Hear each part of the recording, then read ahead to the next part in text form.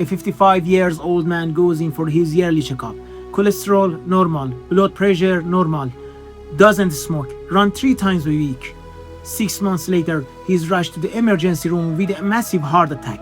His doctor look at the chart and say the same things doctor have said to thousands of patients before him. I don't understand. Everything looked fine, except it wasn't, because there was a one number nobody's ever checked. If you ever been told your cholesterol is normal, stick with me for the next few minutes, because normal doesn't always mean safe.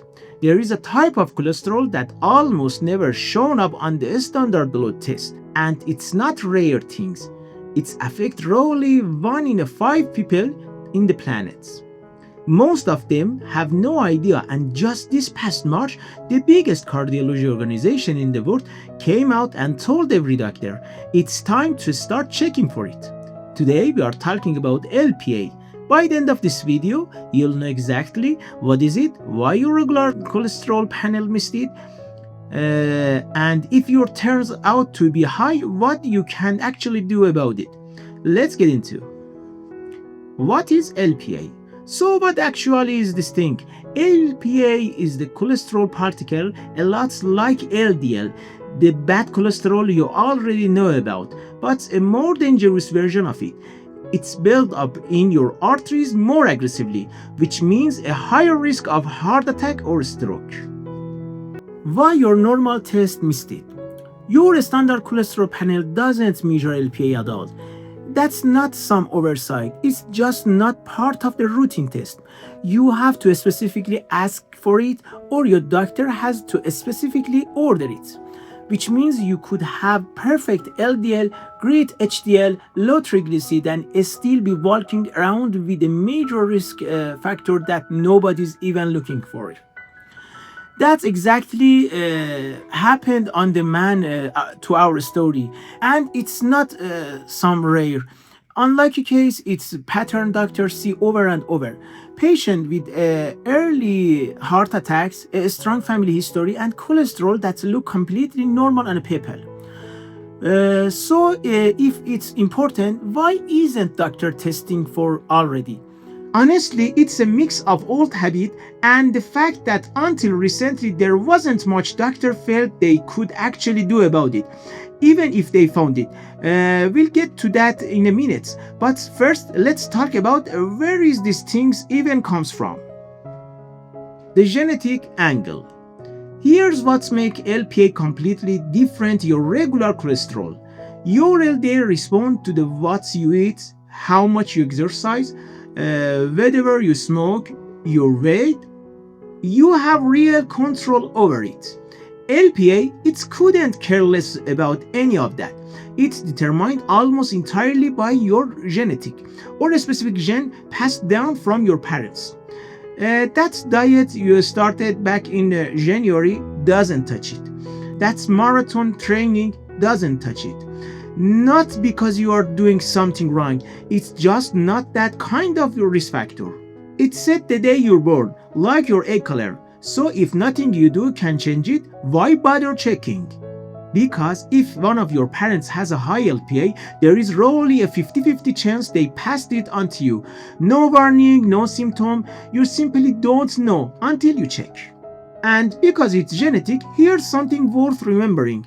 If a close family member had an early heart attack or stroke, especially before 55 for a man or 65 for a woman, and nobody could really explain why, LPA is one of the first things worth asking about.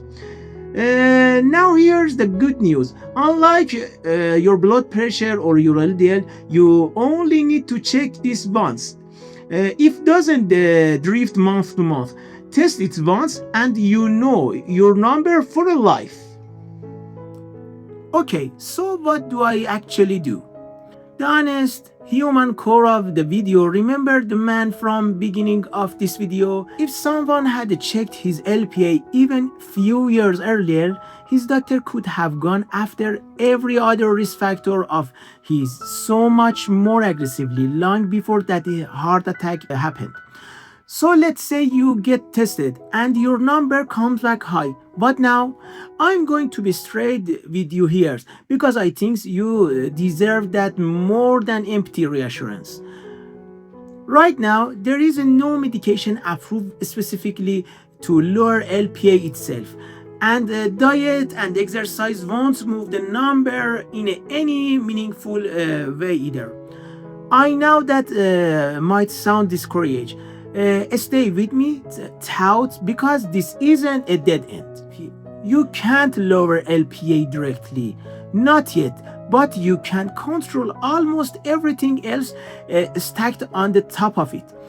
And when you go after that seriously, it's matter a lot. Here's what that look like in practice. 1.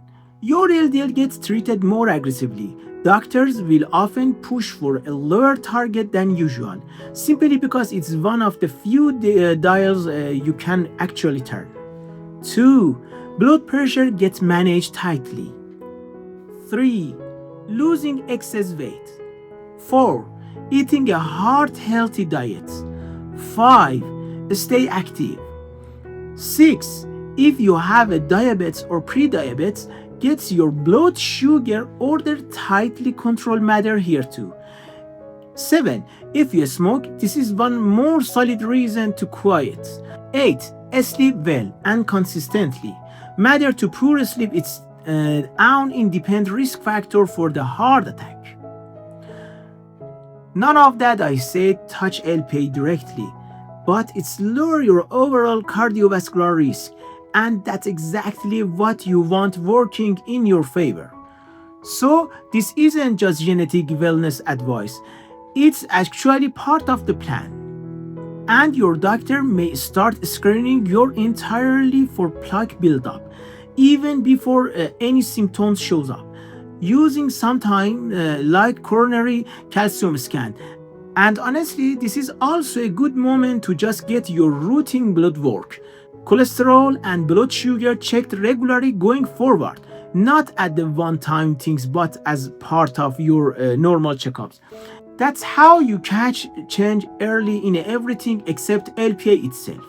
Several new medications built specifically to lower LPA are already being tested. One of them, called pelacarsen, has shown really promising results so far. It is still not approved and is still being studied, but this is one of the most active corners of cardiology research right now. And honestly, that's genuinely encouraging. So here's the honest version. Knowing your number today doesn't hand you a care. It hands you information, and that information changes how seriously your doctor manages everything else. That's not nothing. In fact, that's often the difference between catching a risk early and finding out hard way, like that man from the start of this video. Who should get the test? In a new guidelines like American Heart Associated said, all of the adults must check it once, especially who have family history of early heart attacks or stroke. Again, before 55 in a man or 65 in a woman. But in a new guideline said, all of adults must check it once. So ask your doctor to order it in a next visit. Bring it how? Here's what I really want you to take this from this video. For a long time, we've told people control your cholesterol, watch your diet, exercise, and you'll protect your heart health. And this is still true. It still matters enormously, but it's not the whole picture. Some people do everything right and still carry a risk factor they never knew existed, hidden behind their lab report that say normal. Not because they failed at anything, but because nobody ever ran the one test that would have shown it. That's the man from the start of this video, and honestly it might be someone in your family. You don't need to panic about any of this. You just need to know your number. That's really it. One conversation with your doctor could uncover a risk that's been hiding in a plain slide your entire life. If this video taught you something you didn't know 5 minutes ago, do two things for me.